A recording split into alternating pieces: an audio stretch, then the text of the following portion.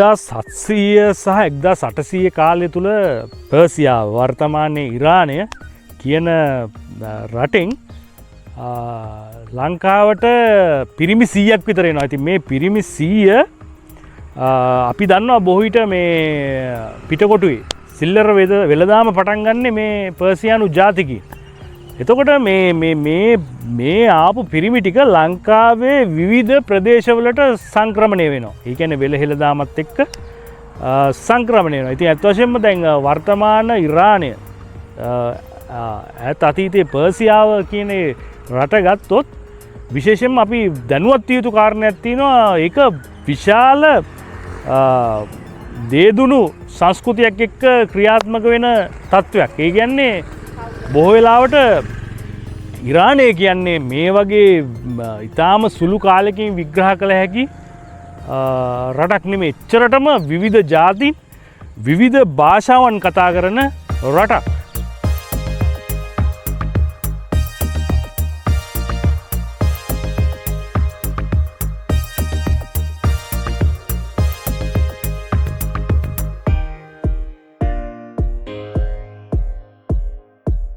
එතකොට වර්තමාන ඉරාන භාෂා පර්සියානු භාෂාව කතා කරන ජනතාව වැඩියෙන් ඉන්නේ ටෙහෙරානයේ. එතකොට මෂාඩ් සිරාස් කියන ප්‍රදේශවල තමයි මේ ජනතාව වැඩිපුර බහුතරයක් ඉන්න ජනතාව ඉන්නේ.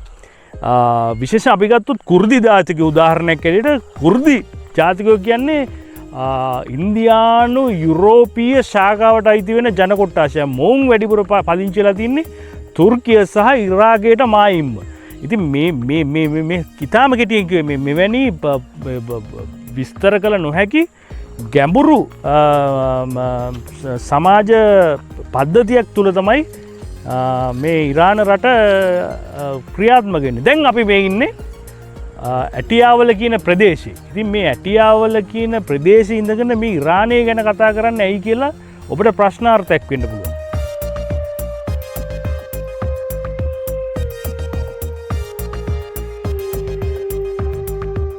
වශයෙන්ම මම ඉරානෙත් එක්ක කතා කරන්න යද්දී අපි දන්නවා කිතු දහම වැළඳගත් ධර්මපාල රජතුමා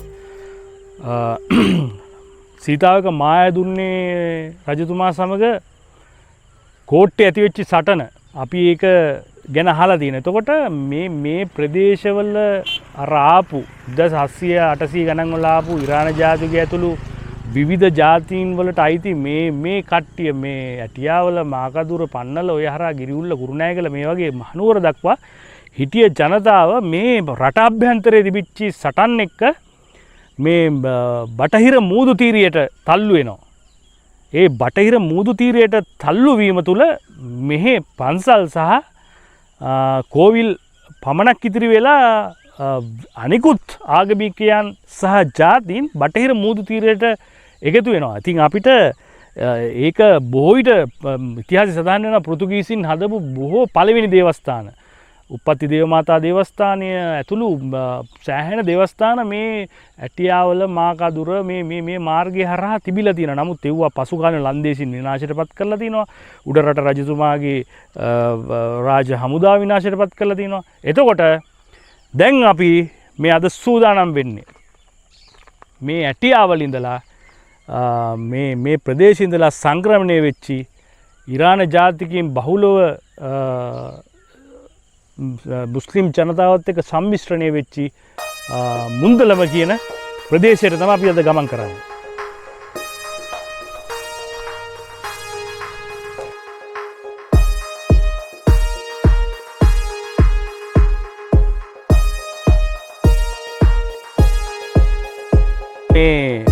මේ විදිහට කතා කරනකොට ඇත්ත වශයෙන්ම අපි දන්නවා බොබයි මුටයි එහෙම නැත්නම් බොම්බෙයි මුටයි කියන ආහාරය එදවස ක්‍රස්සියානු අධිරාජ්‍යයේ රාජකීය මේසේ තිබිච්ච කෑම වේලක්.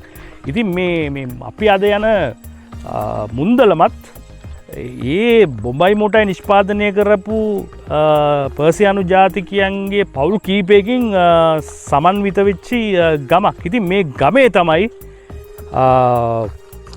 සන්තියාගෝ මුනිතුමාගේ දේවස්ථානය තියෙන්නේ. ඉතින් මේ සන්තියාගෝ මුනිතුමාට අපි සිංහල භාෂාවෙන් කියනවා ජාකෝබ් කියලා. එතකොට දෙමළ භාෂාවෙන් කියනවා සන්තියාගෝ අප්පර් කියලා.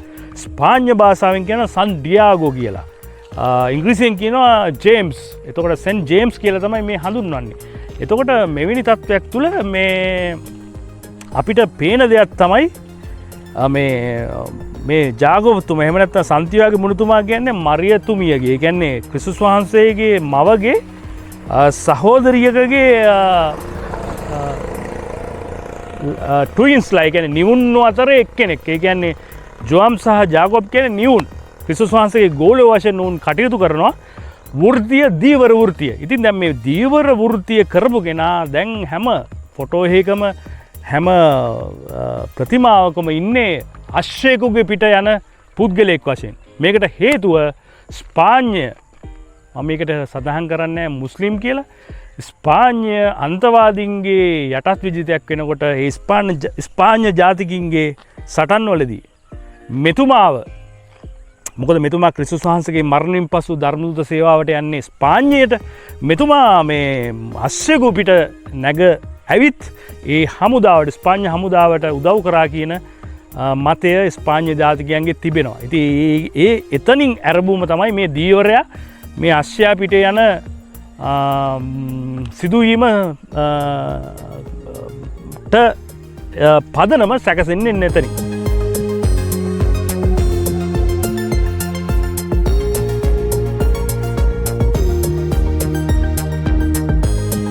අපි අද ඉන්නේ මේ සුවිශේෂී ප්‍රදේශයක. අත වශයෙන්ම ගියොත් අපි ඇවිල්ලා ඉන්නේ මුන්දලමට. මේ වන විට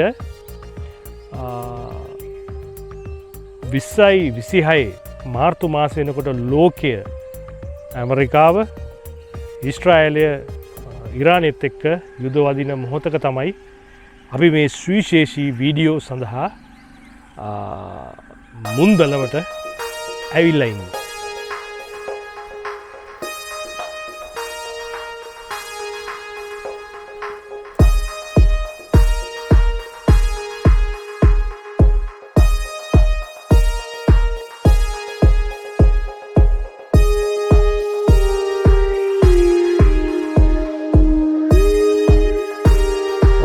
ඇතවශයෙන්ම දැන් මේ සන්තුයාගේ මුනිතුමා ගත්තම විශේෂයෙන්ම යුද්ධ නතර කිරීමට, එතකොට නඩු හබවලට, වාත රෝග ආදී මෙවැනි දේවල් වලට බාර ආහාර වෙන ඈත අතීතයේ ඉඳලා අපි බැතිමත්තු බාර ආහාර වෙන ශාන්තවරෙක්. ඉතින් ඇත්ත වශයෙන්ම අපි දන්නවා අපිට අපේ ආගමික පදනම කොච්චර වැදගත්ද කියලා. දැන් ඩොනල්ඩ් ට්‍රම්ප් අපි දැක්කා ඉරානයට අනතුරු අඟවලා ඔහු කියනවා මේ ඔහුගේ සමාජ ජාල ගිණුම්වල ජනේලේ ඇරලා බලන්න උඹලගේ පාලම් කුඩු වෙලා ඇති කියලා. ඉතින් ඇත්ත වශයෙන්ම එවැනි බලගතු තත්ත්වයක් තුලදී අර ස්පාඤ්ඤ ඇත්ත වශයෙන්ම ඩොනල්ඩ් ට්‍රම්ප්ට ඒගොල්ලන්ගේ හමුදා කඳවුරු වෙන රටවල් වල තියෙනවා පාවිච්චි කරන්න ඉඩ දුන්නේ නැහැ මේ යුද්ධෙදී.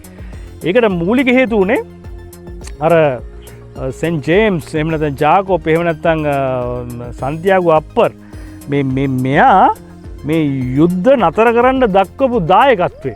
මේ හැම යුද්ධයක්ම තියන්නේ අපේ හිත ඇතුලේ. දැන් ඩොනල්ඩ් ට්‍රම්ප් වේවා, අයතුල්ලා වේවා, මේ හැමෝගෙම සිද්ධ වෙන්නේ තමුන්ගේ ආයුධ වලින් කරන යුද්ධයට වැඩිය තමුන්ගේ මනසේ යුද්ධය සුවපත් කරගත්තා නම් මේ ඔක්කොන්ටම ප්‍රශ්න වලට පිළිතුරු හම්බ වෙනවා. ඒ නිසා මම මේක බලන හැමෝගෙම කියනවා.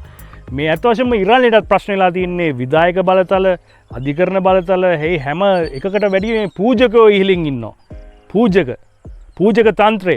ඒ කියන්නේ මේ ගොඩක් රටවල් විනාශ වෙන්න මූලික හේතු වෙලා තියෙන්නේ මේ ආගමික නායකයෝ. ඒ කියන්නේ අනවශ්‍ය ප්‍රශ්න ඇති කරන්නේ ඔවුන්. ප්‍රජාතන්ත්‍රවාදීව හැම කෙනෙකුටම ජීවත් වෙන්න පරිසරයක් අපි ඇති කරන්න කියන එක තමයි අපේ ප්‍රාර්ථනාව. ඒ නිසා මම මේ බලන හැමෝගෙම ඉල්ලා සිටිනවා තමුන්ගේ ගෘහස්ත සභාව ගොඩනගන්න. ඒ කියන්නේ තමුන්ගේ පවුල විශේෂයෙන්ම මේ දේව කැඳවීම් කියනෙව්වා නැහැ කියන එක දේව අපහාසයක්. නමුත් එකක් මතක තියාගන්න, මේ දේව කැඳවීම් කියනවා තියෙන්නේ පාරේ ලෝගු ඇඳගෙන යන්නවත්, සිවුරු ඇඳගෙන යන්නවත් නෙමෙයි. ඒ නිසා මේ වහල් සේවාවල්, මේ එකිනෙකාගේ අයිතියට ගරු කරන්නේ නැති මේ ජරා සමාජය අපි කොච්චර ආගම් එක්ක ජීවත් වෙන මිනිස්සුද?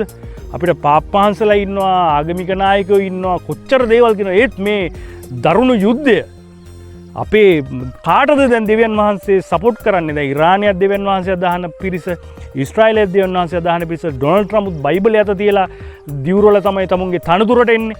මේ හැමෝම මේ යහපත යට දාලා මේ ජරාජීර්ණ මුස්පේන්තු මුඩුම යුද සහෝදරවරුනි යුද අපරාධ කියලා දෙයක් ලෝකේ නැහැ.